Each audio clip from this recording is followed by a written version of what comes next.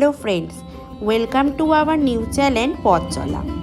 25শে December আমরা একটু ভিড় এড়াতে দুপুর করে বেরিয়ে পড়েছিলাম রেস্টুরেন্টে খেতে।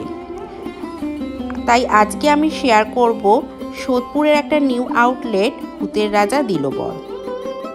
তো এটা রাস্তাটা একটু বলি, এটা সোদপুর টু মধ্যমগ্রাম মেন রোডের ওপরেই রয়েছে। আর এটা স্টপেজ হচ্ছে রামকৃষ্ণ পার্ক স্টপেজ। এখানে আসতে গেলে আপনারা কল্যাণী হাইওয়ে রোড অথবা বিটি রোড দুটো দিক দিয়ে কিন্তু আসতে পারেন। এই রেস্টুরেন্টের আবার অনেকগুলি আউটলেট আছে, যেরকম কলকাতা, যাদবপুর, সোদপুর, সল্টলেক, আবার হুগলি আছে চন্দননগরে। আর আজকে যেহেতু আমরা চলে এসেছি সোদপুরে, তাই সোদপুরের আউটলেটটা একবার ঘুরে দেখি। প্রথমেই ঢুকতেই আমাদের প্রথমেই চোখে পড়ল ভূতের রাজাকে। আর ভূতের রাজাকে দেখে তারপর আশেপাশে পরিবেশটাও ছিল খুব সুন্দর। তো আমরা এই পরিবেশে এবং খুব সুন্দরভাবে ভূতের রাজা দিল বর লেখাটাও রয়েছে। তো প্রথমেই আমরা ঢুকে গেলাম রেস্টুরেন্টের ভেতরে। আর রেস্টুরেন্টের পরিবেশটা ঠিক যেরকম বাইরেটা সুন্দর, ঠিক সেরকমই ভেতরটাও ছিল খুবই সুন্দর। আর এটা যেহেতু একটা থিম বেস রেস্টুরেন্ট, তাই সত্যজিৎ রায়ের যেরকম বিখ্যাত গুপি গাইন বাঘা বাইন, ঠিক সিনেমার কথাই মাথায় এসে গেল। আর এই সিনেমার অনুকরণেই এই রেস্টুরেন্টের নাম রাখা হয়েছে ভূতের রাজা দিল বর। এখানে সবাই যে খাবার পরিবেশন করছে তারা সবাই এরকমই মন্ত্রীর বেশে রয়েছে। তো প্রথমেই আমাদের এইভাবে প্রদীপ জ্বালিয়ে আমাদের ওয়েলকাম জানানো হয়েছিল। আর তারপরে আপনাদেরকে একটুখানি আমি ভেতরের পরিবেশটা একটু ঘুরে দেখাই। খুবই সুন্দর একটা পরিবেশ এখানে, ঠিক যেন মনে হচ্ছে আমরা গুপি গাইন বাঘা বাইন সিনেমাটা যেরকমভাবে আমরা দেখেছি, ঠিক সেই রকমই সুন্দর একটা পরিবেশ এখানে লাগছিল। এবার আমি একটুখানি খাবারের কথা বলি।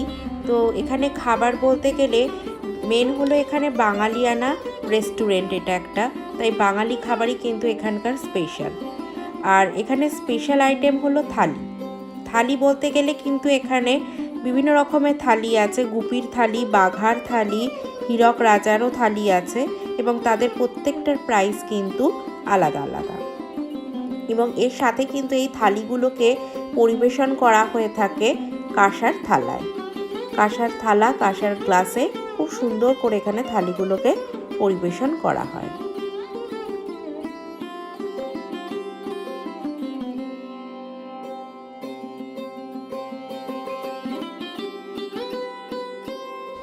আর এরপর একটু ফটো সেশন করতেই হঠাৎ করে হাতে তালি মারতেই চলে আসলো এক থালি খাবার। আমরা যে থালিটা অর্ডার করেছিলাম সেটা ছিল বাঘার থালি। আর এটার প্রত্যেকটা খাবারের টেস্ট ছিল সত্যি খুবই সুন্দর এবং খুবই ফ্রেশ।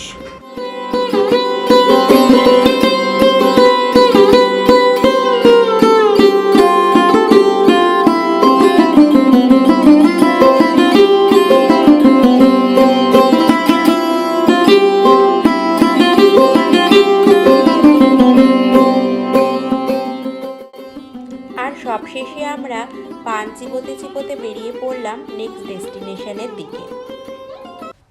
আর আমাদের নেক্সট ডেস্টিনেশন হলো সাই বাবার মন্দির। তো আপনারা যখনই এই সোদপুরে ভূতের রাজার রেস্টুরেন্টে খেতে আসবেন, তখন কিন্তু অবশ্যই একবার এই সাই বাবার মন্দিরে এসে ঘুরে যাবেন। কথা দিচ্ছি, এই মন্দিরে এসে ঘুরলে আপনাদের একটা অন্যরকম অনুভূতি লাগবে। তো এই সাই বাবার মন্দিরটা এই বিটি রোডের ওপরেই, ঠিক গির্জার মোড়ের পাশেই রয়েছে। তো চলুন রাস্তাটা একটু ভালো করে আমরা দেখে নিই।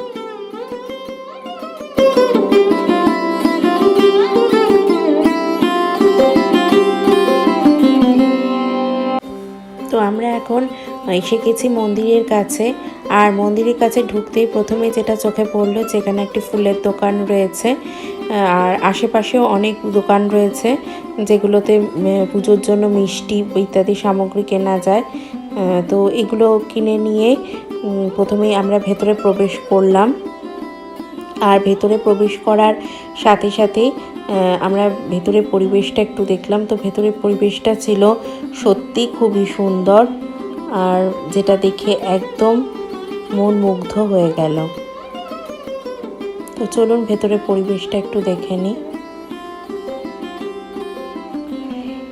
এই মন্দিরটা খোলা হয়ে থাকে সকাল 6টা থেকে দুপুর 12টা অবধি, আর এটি দুপুরবেলা 3টে থেকে আবার রাত 9টা অবধি খোলা থাকে।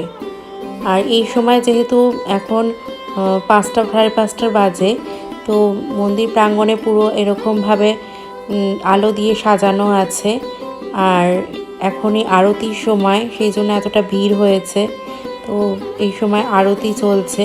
তো মন্দিরের ভেতরটা একটু প্রবেশ করে দেখি মন্দিরের ভেতরের পরিবেশটা। সামনেই আমরা দেখতে পাচ্ছি সাই বাবার মূর্তি, আর সামনে অনেক ভক্তরা বসে আছে আরতি শোনার জন্য। আর সত্যি ভেতরের পরিবেশটা এতটাই সুন্দর যে মনটাকে একদম মুগ্ধ করে দিল। 25শে ডিসেম্বর দিনটি খুবই ভালো কেটেছে আমাদের সকলেরই। তো আপনাদের কেমন কাটলো সেটা অবশ্যই কমেন্ট বক্সে জানাবেন, যেহেতু কমেন্ট বক্সটা শুধু আপনাদেরই জন্য। আর ভিডিওটা যদি ভালো লেগে থাকে তাহলে লাইক, শেয়ার এবং সাবস্ক্রাইব করতে একদম ভুলবেন না। আরও নতুন নতুন অনেক ভিডিও আসতে চলেছে আমার চ্যানেলে।